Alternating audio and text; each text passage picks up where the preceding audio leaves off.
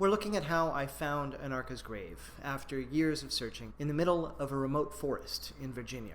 Everyone I met in King George told me that the person to ask was a woman named Elizabeth Lee. This is Elizabeth Lee. We sat down and I started to tell her the story of the young woman known as Anarcha. Elizabeth perked up in her chair when I said that name, and she pulled a book down from a shelf. This is the page she turned to. There was an Anarcha and Lorenzi Jackson buried on land that had once been inside the Alto plantation, owned by Charles Mason. This is what happened. A hunter named Jim Petrie had been out in the woods behind his home. A few hundred yards into a quite impenetrable forest, he found a gravestone, all by itself, not part of any graveyard, broken off and lying face down.